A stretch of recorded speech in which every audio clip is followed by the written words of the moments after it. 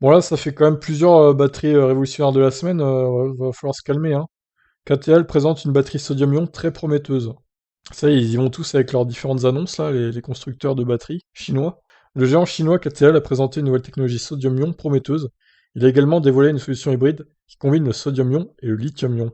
KTL est l'un des plus grands fournisseurs de batteries et de cellules au monde, avec près de 30% du marché. Ses produits au lithium ou LFP équipent notamment Tesla, BMW ou encore Hyundai.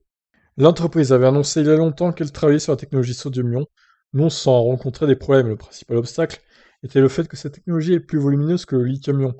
Mais ces soucis semblent le régler. En améliorant la structure des matériaux et les matériaux, l'entreprise a même fait progresser les propriétés de cette nouvelle technologie. La batterie sodium-ion offre ainsi une meilleure capacité de recharge. 15 minutes suffisent pour récupérer 80% de capacité.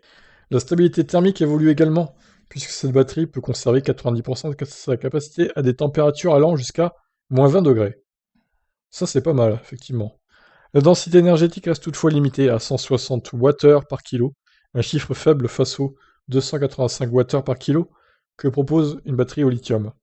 C'est pas tout à fait deux fois plus, mais on n'en est pas très loin quand même, hein.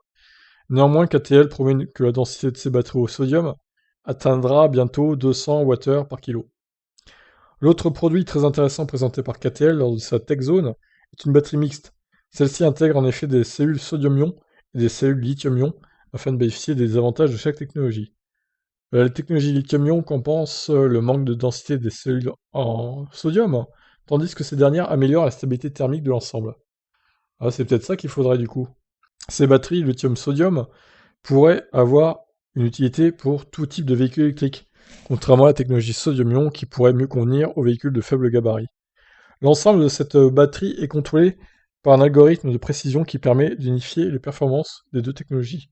Le déploiement des batteries sodium-ion a déjà débuté et KTL voudrait les industrialiser à grande échelle dès 2023.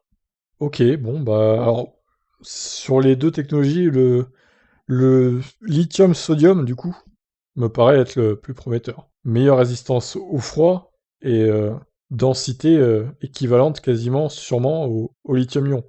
Donc, parce que là, c'est vrai que 160 Wh par kilo, il va encore falloir se trimballer 500 kilos de batterie pour avoir une autonomie correcte, quoi. C'est le problème. C'est le problème des densités assez faibles de 160 Wh par kilo. Donc, bon. Après, encore une fois, si les sodium-ion, c'est vrai qu'ils rechargent vite aussi, ça peut être pas mal. Mais bon, je sais pas, à voir hein, ce qu'ils vont décider, quelle technologie ils vont mettre d'abord en place. Je vous laisse donc réagir suite à ces deux annonces de batteries révolutionnaires, entre guillemets. Allez, je vous laisse réagir. Bye bye.